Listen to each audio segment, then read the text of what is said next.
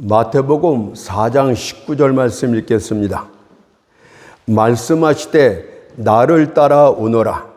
내가 너희로 사람을 낚는 어부가 되게 하리라 하시니.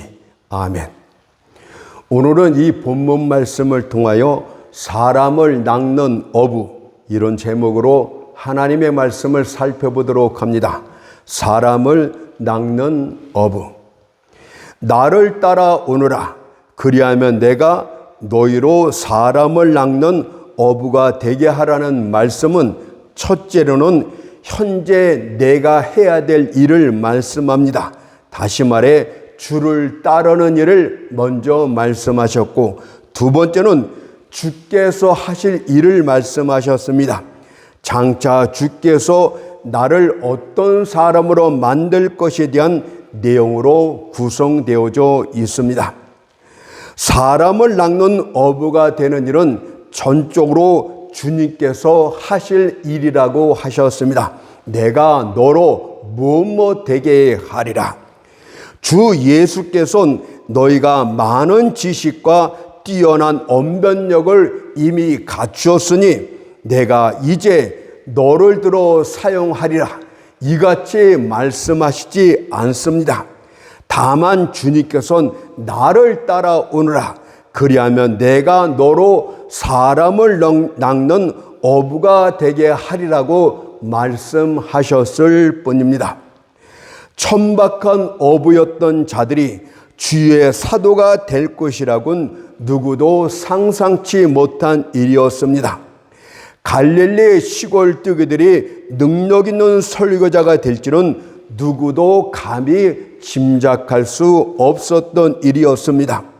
그래서 무지한 고기잡이 출신들이 백성들 앞에서 권세 있는 말들을 쏟아내었을 때 모였던 무리들이 크게 놀라 이렇게 말합니다.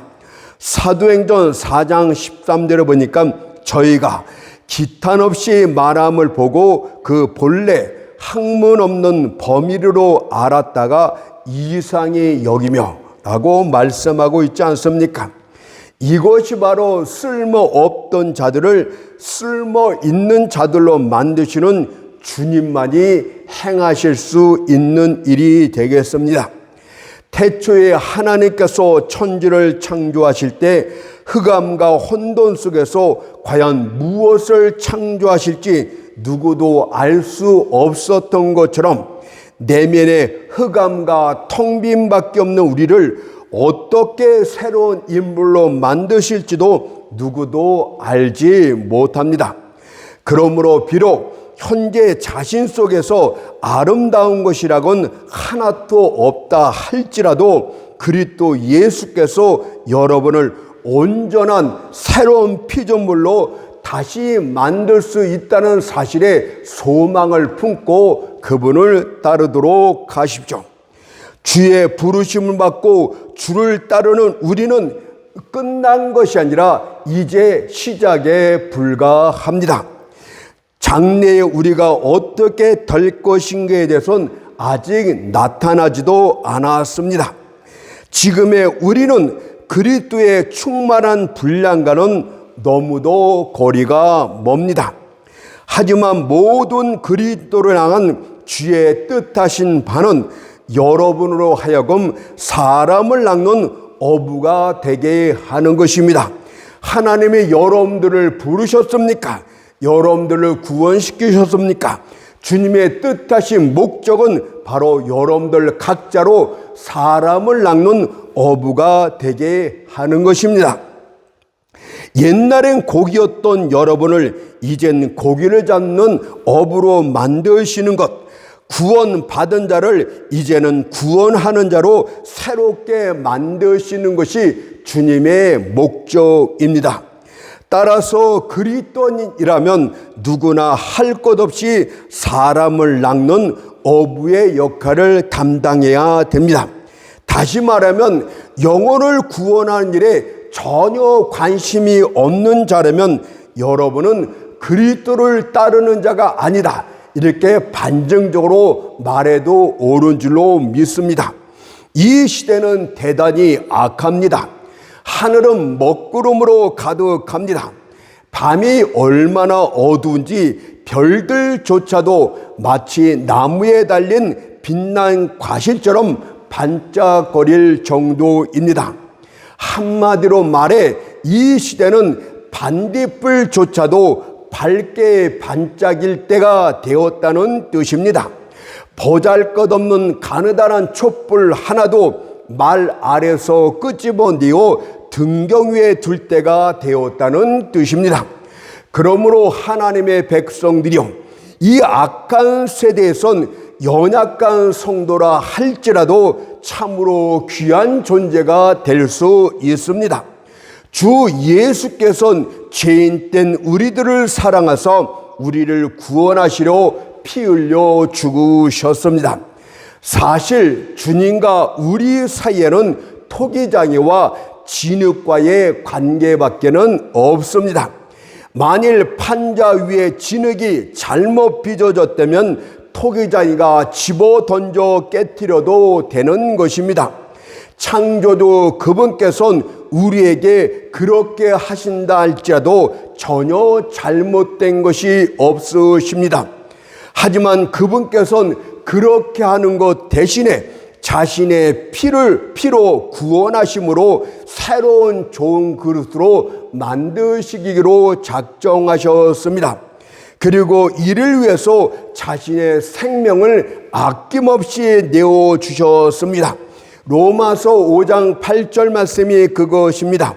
우리가 아직 죄인 되었을 때에 그리스도께서 우리를 위하여 죽으심으로 하나님께서 우리에 대한 자기의 사랑을 확증하셨느니라. 그런데 어떻게 우리가 그분의 이름을 진흙 구덩이 속에 나뒹굴도록 그냥 내버려 둘 수 있단 말입니까? 인간들이 그분을 멸시하고 거부하도록 내버려 둬서야 되겠습니까? 도리어 영적인 생명을 풍성히 얻어서 주위에 있는 멸망당할 백성들에게 큰 축복의 존재가 되어야 하지 않겠습니까? 그러므로 모든 그리스도인들은 주 앞에서 그리고 모든 사람들 앞에서 유용한 존재가 되어야만 합니다. 따라서 본문 내용의 의미를 주의 있게 살펴볼 이유가 있는 줄로 믿습니다. 오늘 우리는 이를 위해서 첫째로는 우리들이 해야 될 일에 대해서 살펴보도록 하고, 두 번째는 주께서 행하실 일들에 대해서 살펴보도록 하겠습니다. 마태복음 4장 19절의 말씀처럼 내가 너희로 사람을 낚는 어부가 되게 하리라. 그렇다면 첫째로 우리들이 해야 될 일에 대해서 말씀을 드리겠습니다. 우리들이 해야 될 일은 무엇입니까? 나를 따라오너라. 바로 주님을 따라가는 것이 우리들이 해야 될 일이라고 말씀하셨습니다. 이 말씀 속에는 두 가지 의미가 담겨져 있습니다. 주님을 따르는 데는 두 가지 의미가 담겨져 있는데, 먼저는 세상 것들을 떠나라는 뜻이 되겠습니다. 왜냐하면 예수께서는 히브리서 7장 26절에서 거룩하고 악이 없고 더러움이 없고 죄인에게서 떠나 계시고 라고 말씀하였듯이, 예수님과 죄악된 세상은 정반대 방향을 향해서 나가고 있기 때문입니다. 따라서 주를 따른다는 의미는 세상을 등지고 멀리하라는 뜻이 되겠습니다. 그러나 어떤 의미에선 예수님은 죄인들과 아주 가까이 계셨습니다. 영적 병자인 죄인들을 고치시기 위해 의사로 다가가실 때는 죄인들과 아주 가까이 하셨고, 그때는 세상에서 주님보다 죄인에 더 가까이 나갔던 사람은 한 사람도 없었습니다. 하지만 그분께서는 그들의 죄에 대해서는 결코 가까이 하지를 않았습니다. 지금 여러분은 그리스도의 이름을 힘입어 천성, 즉 새 예루살렘을 향해 나가고 있습니다. 하지만 세상은 하늘나라를 등진 채 파멸할 수밖에 없는 장망성을 향해 아래로 내려가고 있습니다. 여러분의 길과 세상 사람들의 길은 다릅니다. 그런데 어떻게 우리가 세상 사람들과 똑같은 생활을 하면서 사람을 낚는 어부가 될 수 있단 말입니까? 물고기가 어부의 일을 할 수는 없습니다. 죄인이 죄인을 구원할 수는 없습니다. 악한 자와 함께 거하면서 악한 자의 군사들을 섬멸하겠다는 것은 이치에 전혀 맞지 않습니다. 그래서 오늘날 교회들이 세상에 영향력을 미치지 못하는 이유 중에 하나는 바로 교회들이 세상 영향을 받아 세속화되었기 때문입니다. 거룩한 신앙 고백을 하는 자들이 세상과 똑같이 살며 똑같은 쾌락을 탐닉하며 세상 사람들이 행하는 것과 똑같은 행동을 하고 있는데 어떻게 사람을 낚는 어부 역할을 할 수 있단 말입니까? 만일 하나님께서 이 시대에 한 음성을 보내신다면 그것은 계시록 18장 4절의 말씀이 될 것입니다. 내 백성아, 거기서 나와 그의 죄에 참여하지 말고. 만일 여러분이 진정한 하나님의 자녀라면 이 세상의 악한 죄를 싫어하는 중에 우리가 이 죄악의 도가니로부터 얼마나 멀리 빠져나갈 수 있을까요? 라고 간절히 부르짖을 필요가 있습니다. 하지만 요즘 교인들은 그 반대로 우리가 세상과 가까이 나갈 수 있는 방법이 무엇입니까? 어떻게 하면 세상 사람들과 좀 더 비슷해질 수 있습니까? 술을 몇 잔까지 마시는 것이 세상 사람과 구별되는 일입니까? 이런 식의 질문만 하고 있습니다. 이것은 그리스도를 따르는 것이 아니라 그 반대로 나가는 것입니다. 교회의 역할은 부패한 세상에서 소금의 일을 하는 것입니다. 그런데 만일 그 소금이 맛을 잃어버리면 어디에 쓸모가 있겠습니까? 마태복음 5장 13절에 보니까 소금이 만일 그 맛을 잃어버리면 무엇으로 짜게 하리요? 후에는 아무 쓸모없어 다만 밖에 버리고 사람에게 밟힐 뿐이니라고 말씀하고 계십니다. 여러분이 세상을 향해 머리를 조금 숙이고 나아가게 되면 세상은 아마 반갑게 맞아줄 것입니다. 하지만 사실 세상은 여러분의 변절된 모습을 보면서 뒤에서 이렇게 조롱을 할 것입니다.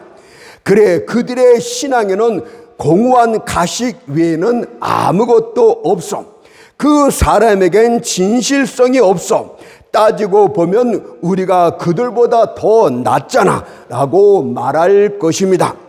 이러한 사람들은 그리스도의 이름을 진흙탕 속에 처박는 행동을 하고 있는 것입니다. 그러나 만일 엄격한 청교도인들을 보게 되면 세상은 공개적으로는 무섭게 비난을 합니다. 하지만 속으로는 저 사람이야말로 엄격한 정직성을 가진 자요 자기 원리에서 굴복지 않는 사람이로다라고 존경을 하게 됩니다. 그러므로 가게에서, 직장에서, 일터에서 일하시는 모든 그리스도인들이요, 예수를 위해서 정직함을 지키도록 하십시오. 여러분의 얼굴을 붉게 만드는 농담에 함께 웃지 않도록 하십시오. 사악한 일에 함께 어울리지 말고 신앙 양심을 뚜렷이 지켜나가도록 하십시오. 그렇게 할 때 사람을 낚는 어부로서의 본질적인 자세를 갖추는 것입니다. 다음으로는 나를 따르라는 말씀 속에는 주님과 함께 거하라는 뜻이 있습니다. 예수님께서 부르신 제자들은 자신의 모든 욕망들을 내어버린 사람들이었습니다. 그들은 세상 친구들도 다 내어버렸습니다. 따라서 그들은 사실상 이 세상을 떠난 것이었으며 그들의 임무는 오직 하나 주님의 명하신 바 사람을 낚는 일이었습니다. 그들은 주님과 함께 거하며 주께서 많은 사람들이 모인 곳에서 대중적인 설교를 하실 때 같이 동참해 설교를 듣기도 하였고 주께서 이적을 베푸시는 것도 주목하여 보았으며 기도하시는 것도 직접 들었습니다. 뿐만 아니라 주님과 함께 식탁에 앉기도 하였고 주와 함께 고난에 동참하기도 하면서 사람을 낚는 어부의 과정을 배워나갔던 것입니다. 나를 따라오너라, 이 말씀의 두 번째 어조는 주님과 함께 거하는 생활을 하라, 이 뜻이 되겠습니다. 따라서 모든 그리스도인들의 경우도 그와 같이 해야만 됩니다. 하지만 주님께서 십자가의 죽으심과 부활과 하늘로 승천하시고 지금은 하나님의 보좌 우편에 앉아 계십니다. 히브리서 10장 12절 13절에 보니까 오직 그리스도는 죄를 위하여 한 영원한 제사를 드리시고 하나님 우편에 앉으사 그 후에 자기 원수들로 자기 발등상이 되게 하실 때까지 기다리시나니 라고 말씀하고 있지 않습니까? 따라서 주님 예수와 몸으로는 절대 우리가 함께 거할 수는 없습니다. 그 대신에 그분의 영, 성령으로는 우리와 함께 거하십니다. 과거의 초대교회 때 예수님의 제자들이 주님과 함께 거했던 것과 똑같이 우리는 지금 성령과 함께 거하는 것이 주님과 함께 거하는 것이고 그 의미가 주님을 따르라는 말씀과 동일한 의미가 되겠습니다. 성령께서는 예수님 대신에 또 다른 보혜사로 우리와 함께 계십니다. 보혜사란 의미는 내 옆에서 나를 돕는 자다, 이런 뜻이겠습니다. 우리가 양들입니까? 그러면 그분은 우리의 목자가 되신다, 그 뜻입니다. 성령님을 또 다른 보혜사라고 말씀하셨다는 것은 예수님도 보혜사로 계셨다는 뜻이 되겠습니다. 요한복음 14장 16절 17절을 보십시오. 내가 아버지께서 구하겠으니 그가 또 다른 보혜사를 너희에게 주사 영원토록 너희와 함께 있게 하시니 저는 진리의 영이라고 말씀하고 있지 않습니까? 따라서 여러분들은 주님과 함께하기를 원한다면, 그분의 영 되신 성령과 함께하기를 원한다면 첫 번째로 성령을 근심케 하지 마십시오. 죄악 가운데 빠진다든지 하나님이 원치 않는 죄 가운데 그런 잘못된 것에 빠지는 것은 성령을 심히 근심케 하는 것이라고 말씀을 합니다. 성령을 근심케 하는 일을 반복하게 될 때 성령은 여러분들 곁을 떠나게 됩니다. 여러분들 성령이 떠났다는 의미는 우리 주님과 함께하지 못한다는 것을 말씀하고 있는 것 아닙니까? 성령 충만한 가운데 거할 것을 계속해서 말씀하는 이유가 바로 거기에 있습니다.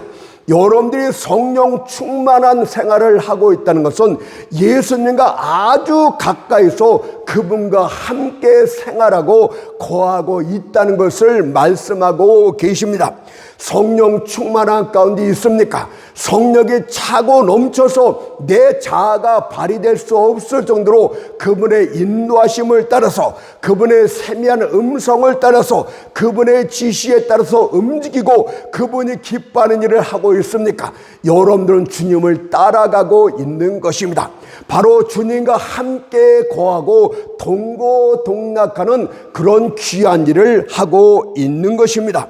성령께서는 여러분들이 기도해야 될지를 모를 때, 무엇을 기도해야 될지도 모를 때도 기도하는 방법을 여러분들에게 가르쳐 주신다고 말씀을 하십니다. 또한 그분께서는 여러분들 안에서 진리의 깨달음도 주실 것도 말씀하셨어요. 요한일서 2장 27절 말씀을 보니까 기름 부음이 너희 안에 거하나니 아무도 너희를 가르칠 필요가 없고 오직 그의 기름 부음이 모든 것을 너희에게 가르치시며 라고 말씀하고 있듯이, 그 옛날 예수님이 제자들을 모아놓고 말씀을 가르쳤던 것처럼 성령도 그렇게 우리를 이끄신다 이 뜻입니다. 오해하지 마세요. 우리가 성경책도 안 보고 성령님이 다 성경을 가르친다, 이런 무지막지하게 생각하면은 안 됩니다. 오늘은 거기에 대해서 깊이 설교를 할 수 없지만 이것은 우리를 진리로서 그것이 잘못되었다, 그것은 그렇지 않다, 성경이 어디를 보라는 이런 암시를 통해서 여러분들을 성경과 함께 이끌어 가신다는 의미가 되겠습니다. 따라서 저는 여러분들에게 말씀드리고 싶은 것은, 예수를 따라간다는 것은 성령 충만한 그리스도의 목회자, 그리스도의 사역자 밑에서 양육받는 것이 가장 좋은 방법이라고 감히 말씀을 드리겠습니다. 여러분들 목회자가, 여러분들의 담임 목사가 설교를 잘하는 것, 큰 교회 여기를 쫓는 것이 아니라 진조로 성경에 나타낸 대로 주님의 뜻을 따르기를 원한다면 성령 충만한 가운데 거하는 사역자 밑에서 양육받는 것이 바로 주님을 따르는 것이라고 말씀드릴 수가 있겠습니다. 이런 성령 충만한 사역자 밑에서 함께 거하기도 하며 함께 그분의 기도하는 것을 듣고, 기도는 저렇게 하는구나, 그들이 기도하고 금식하는 것을 보고 또 그들의 경건한 생활들을 바라보면서 여러분들이 배우는 것이 가장 훌륭한 교육 방법이 되겠습니다. 그렇다면 한 걸음 더 나아가 보도록 하겠습니다. 12제자처럼 전적인 복음 사역자의 길을 걷는 자들의 경우에는 주님을 따른다는 의미가 도대체 무엇입니까? 복음 설교자는 하나님의 말씀이 무엇인지를 명확하게 알아야 됩니다. 여러분들이 설교자입니까? 여러분들이 목회자입니까? 가장 중요한 것은 하나님의 말씀이 무엇인지를 명확하게 분별할 수 있는 그런 자질을 갖춰야 됩니다. 만일 여러분이 목회자로서 영혼들을 얻고자 한다면 먼저 그리스도를 배우도록 하세요. 복음을 알도록 하세요. 목회자로서 가르치기를 원한다면 먼저 제자의 위치에서 예수님의 발치에 앉도록 하십시오. 선생이 되길 얼마나 바랐는지 예수님에서 아는 것도 없이 다른 사람들을 구세주께로 데려오려고 서두르는 자들이 너무도 많습니다. 말로는 복음을 말하지만 정작 복음이 무엇인지, 예수님의 구속사건이 무엇인지, 성령의 중생이 무엇인지, 성령의 성화가 도대체 무엇인지, 예정이 무엇인지, 여러분들 하나님의 선택이 무엇인지, 이런 모든 뼈대가 되는 진리도 모르는 사역자들이 얼마나 많습니까? 예전에는 기도원에서 잠깐 설교하는 것을 들었더니 성령의 내주하심이 아주 엄청난 그 은사인 것처럼 말하는 그런 기도원 원장을 보면서 참으로 큰일 났다고 생각이 들었어요. 성령이 내주하면 엄청난 능력이 있는 것처럼 그렇게 이야기를 하는데, 성령의 내주하심은 그리스도의 정상적인 모습을 말하는 것뿐입니다. 그러니 여러분들이 쏟아붓기 전에 먼저 자신을 충만히 채우도록 하십시오. 만일 그렇지 않으면 여러분이 아무리 쏟아부으려 해도, 아무리 설교를 깊이 전하고 싶으려 해도 나올 것이 없습니다. 목회자들이 엉뚱한 이야기를 하고 세상 이야기만 하는 것은 바로 나올 것이 없기 때문에 그런 것 아니겠습니까? 저는 여러분들에게 감히 말씀드리건대 설교를 시작부터 끝까지 성경으로만 계속 가는 것이 정상적이다. 예수님의 12제가 하던 방법이 그런 것이다. 이렇게 감히 말할 수가 있고 그것이 또한 사실입니다. 만일 어떤 사자가 매우 빨리 달려간 후에 숨을 헐떡거리면서 다음같이 말했다고 칩시다. 내가 나의 주인을 위해서 뭔가 전할 말이 있었는데 그것이 뭔지 잘 모르겠습니다 라고 말하면 어떻겠습니까? 이를 본 사람들이 얼마나 비웃겠습니까? 거창한 제목이 있는데 알맹이는 하나도 없는 그런 설교라며 엉뚱한 이야기를 한다면 사람들이 비웃지 않겠습니까? 그가 전할 것이 없다면 그렇게 땀을 뻘뻘 흘리면서 빨리 달리는 것도 아무런 의미가 없는 것입니다. 그러니 복음을 전하며 사람을 낚는 어부가 되기를 진저로 원한다면 성경을 부지런히 연구하도록 하세요. 다른 사람이 해석해준 진리도 좋습니다. 그러나 거기에 만족하지 말고 직접 진리의 샘으로 가서 마시도록 하십시오. 왜냐하면 사람은 허물이 많은 존재이기 때문에 그들이 한번 해석한 것을 보게 되면 이미 거기에는 변질된 거, 오류들이 많이 들어가 있기 때문에 성경으로 직접 가서 그 말씀을 살펴보는 것이 지혜인 줄 믿습니다.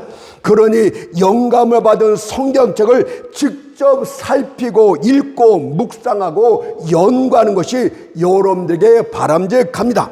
이것을 정상적으로 하려면 목회자 여러분들 여기저기 놀러 다닐 시간도 없습니다. 부지런히 성경을 연구하고 기도하고 이 시간도 바쁜데 왜 이렇게 바삐 다른 데로 놀러 다니는데 정신이 없습니까?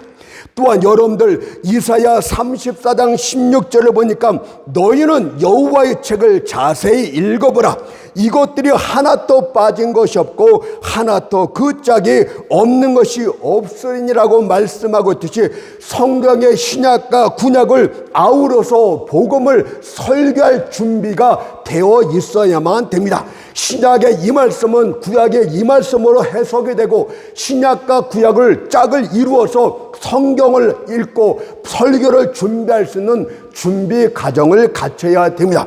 목회자 여러분들이 사실 신학대학에서 성경 안 배우지 않습니까? 그냥 역사적인 사실 그런 배경들만 공부하고 성경은 각자 하는 것이에요. 여러분들 성경을 깊이 연구를 하도록 하세요. 성령님의 인도하심을 받으면서 나아가도록 하세요. 기도 많이 하도록 하세요. 그래야만이 설교를 할 수 있는 것입니다. 뿐만 아니라 주님께서는 12제자만을 특별히 불러 모아서 말씀을 밝게 해석해주는 시간을 가졌습니다. 그렇다면 여러분도 그런 말씀의 인도함을 반드시 받을 수 있어야만 됩니다. 마태복음 13장 11절 13절 말씀 보세요. 가라사대 천국의 비밀을 아는 것이 너희에게는 허락되었으나 저희에게는 아니 되었나니 그러므로 내가 저희에게 비유로 말하기를 저희가 보아도 보지 못하며 들어도 듣지 못하며 깨닫지 못함이니라. 복음 설교자 되신 여러분들, 하나님의 말씀을 제목을 얻었습니까? 그 말씀을 깊이 묵상하는 중에 성령께서 그 말씀에 깨달음이 올 때까지 기도하고 연구하고 기도하고 연구하고 이것이 반복적으로 되어야만 됩니다. 성령께서 우리 안에서 가르쳐 주어야 됩니다. 이것의 영적 해석은 이런 뜻이고 이 말씀은 구약에 이렇게 해석되어 있지 않느냐, 이런 인도함을 받는 정도까지 가야 강단에 서는 것이 옳다. 저는 이렇게 말하고 싶어요. 성경의 내용도 모르는 분들이 너무 많이 서 있어요. 그런 분들 나갔으면 좋겠습니다. 그런 분들이 너무 강단을 차지하고 있으니까 한국교회가 지금 이 밑바닥까지 쓰레기 집화장이 되지 않았습니까? 저는 감히 말하겠어요. 성경에서 진리에 대해서 자신이 없으면 나가세요. 여기에 서지 마세요. 그것이 하나님께 영광을 돌리는 길이 되겠습니다. 성령의 인도함을 받으면서 설교 제목도 받고 그 설교 제목을 갖고서 연구하는 중에 성령의 인도함도 받고 잘 모르겠으면 기도하는 중에 성령의 깨달음도 받고 그래서 설교를 준비할 때 그 설교가 여러분들에게 영의 양식이 되는 줄로 믿습니다. 두 번째는요, 주님께서 하실 일에 대해서 말씀을 드리겠습니다. 마태복음 4장 19절에 보니까 후반절에 내가 너희로 사람을 낚는 어부가 되게 하리라. 여러분들 사람을 능숙하게 낚는 어부는 누가 하십니까? 여러분들이 하는 것이 아니라 주님이 되게 하리라고 말씀하셨습니다. 그런데 우리는 여전히 목사님들을 청빙할 때 신학대학교에 뭘 했냐, 석사과정을 밟았느냐, 박사과정을 밟았느냐, 말을 유창히 하느냐, 언변이 뛰어나냐, 이것을 통해서 우리는 청빙을 합니다. 얼마나 성경적이지 못한 것입니까? 여러분들 오늘 주님이 말씀을 하세요. 제가 말하는 것이 아니에요. 저 성경에서 벗어나지 않으려고 무척 애를 쓰는 중에 한 사람입니다. 내가 너희로 사람을 낚는 어부가 되게 하리라. 주님이 되게 해야 합니다. 여러분들 먼저 이것을 그리스도인의 경우에 대해서 잠깐 말씀드리고 사역자에 대해서 정교하고 마치겠습니다. 모든 그리스도인들은 전부 사람을 낚는 어부가 되는 것이 주님의 뜻입니다. 여러분들, 그러면 우리는 어떻게 해야 사람을 낚는 어부, 전도를 하고 영혼을 구원할 수 있단 말입니까? 첫 번째는 하나님의 섭리가 도우심으로 여러분들을 사람을 낚는 어부가 되게 하십니다. 무슨 뜻입니까? 섭리라는 것은 하나님의 환경 가운데서 이런 일 저런 일 이런 상황 저런 상황을 일으키면서 몰고 가시는 그분의 손길을 뜻하고 있어요.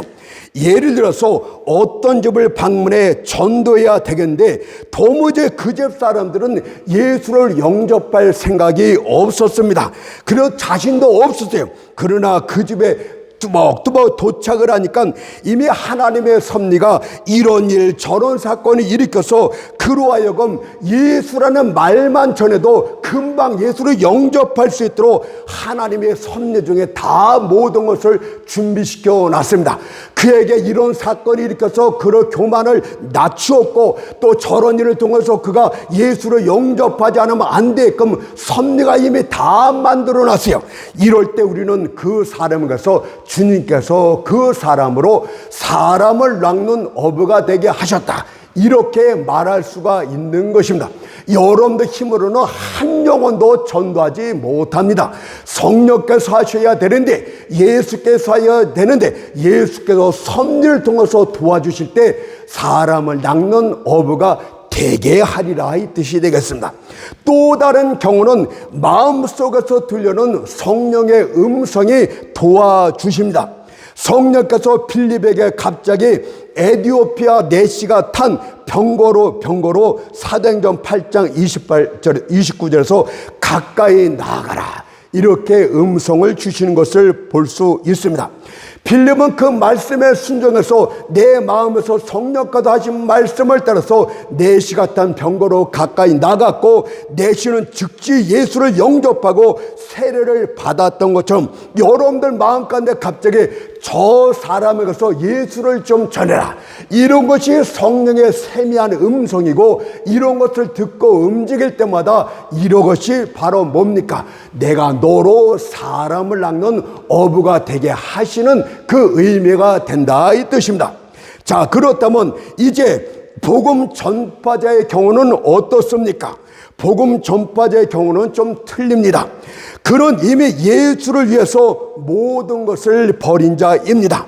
복음 진리를 충분히 연구도 했어요. 성령의 이끌림을 받으면서 말씀을 전하는 말씀 전도자가 되었습니다. 심지어 그는 많은 시련들을 통해서 성령님은 여러분들이 겪은 시련들을 설교에 사용하기도 하시는 그런 재료로 사용됩니다. 성령께서는 이미 그렇게도 사용하시는 말씀 사역자였습니다. 그런데 이상하게도 그의 교회는 텅 비어 있습니다. 너무 이상하지 않습니까? 하나님을 따르기 위해서 세상 것 모든 거 버리고 주님을 따랐던 그가, 말씀에 대해서 충분히 연구하고 말씀에 대해서 항상 살아있던 그가, 고난을 통해서 말씀의 재료까지도 성령까지도 사용하시는 그런 위치에 있던 그가, 그의 교회를 가보니까 텅 비어 있어요. 도대체 왜 그렇습니까? 성경이 답을 주고 있으니까 잘 들어보십시오. 도대체 왜 모든 것이 준비된 말씀 사역자인데도 불구하고 그는 왜 사람을 낚는 어부가 되지 못하는 것입니까? 이것은 사람을 낚는 어부가 되게 하는 것은 본문이 말했죠. 주님만이 하실 수가 있어요. 무슨 뜻입니까? 주님만이 그런 상황을 만들 수 있고 주님의 때에서만 그렇게 될 수 있다는 것을 함축적으로 포함한 내용이 됩니다. 그러면 주님의 때는 도대체 언제입니까? 오순절 부흥 역사를 잘 살펴보도록 합시다. 여러분들 생각대로 하면 안 돼요. 항상 성경으로 답을 얻어야 됩니다. 오순절 부흥 역사를 보세요.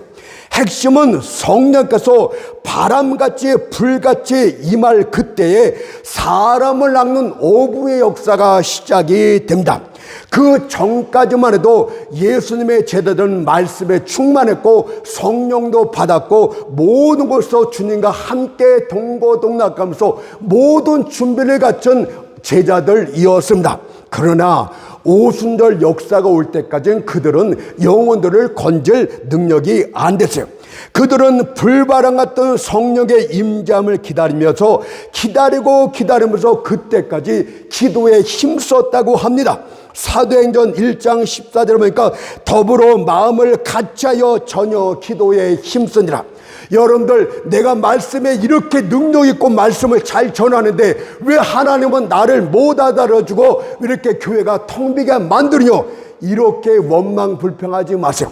오순절 역사를 보니까 그들이 더불어서 하나님의 때가 이를 때까지 기도에 전심으로 힘을 쓰면서 기다리고 또 기다렸던 것처럼 여러분들도 기도하는 중에 기다리도록 하십시오. 그리고 하나님의 때가 되자 호련이라고 했어요.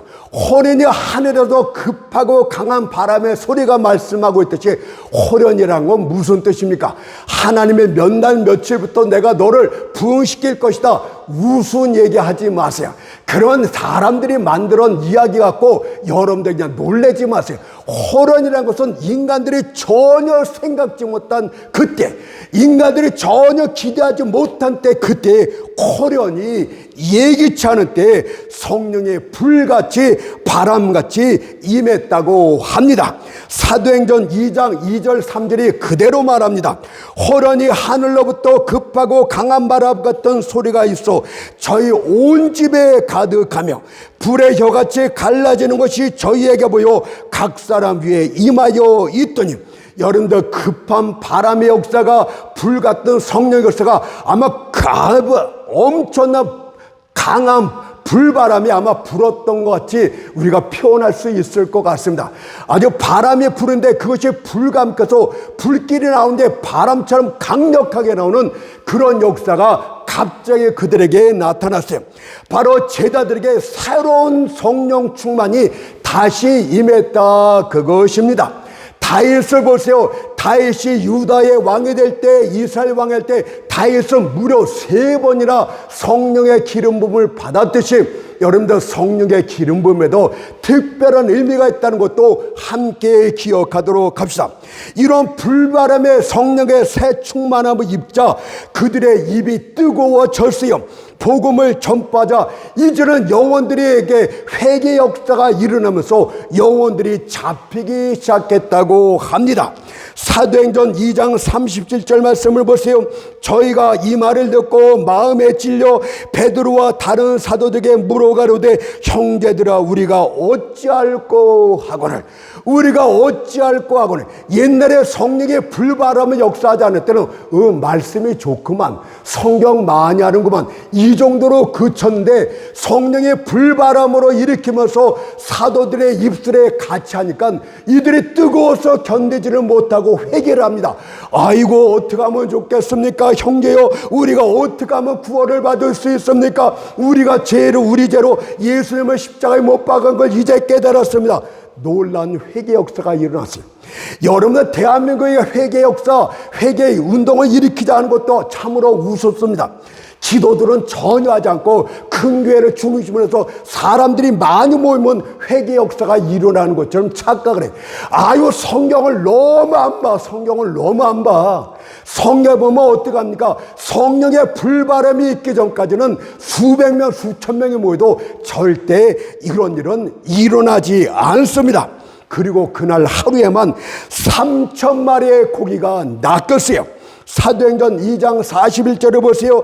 이 날에, 이 달이 아니에요, 이 연도 아니에요, 이 날에 제자의 수가 3,000이라 더하다. 성령이 함께 하시면 여러분들 20년 30년 목회한 것보다 더 많이 한꺼번에 일어날 수 있다는 것도 믿어야 됩니다. 물고기가 잡히는 역사는 이 날에만 그치지 않고 계속해서 날마다 또한 일어났어요. 사도행전 3장 47절 말씀을 보세요. 주께서 구원받는 사람을 날마다 더하게 하시니라. 한 번 시작하니까 계속해서 주께서 구원받는 사람을 날마다 더하게 하시나. 구경꾼들을 날마다 더한 것이 아니에요. 외식주의자를 날마다 더하게 하지 아니에요. 구원받은 사람을 날마다 더하게 하시나. 목회자가 사도가 천만에 주께서. 그러므로 말씀과 기도로 준비된 사역자들이여, 낙심하지 마세요. 그리고 기도 중에 성령의 불바람이 다시 한번 일으킬 수 있도록 그날을 학수고대하면서 기도하고 기다리도록 하십시오. 왜냐하면 그때부터 여러분은 가장 유능한 사람을 낚는 어부가 될 것이고, 그때부터 능력 있는 설교자가 되게 될 줄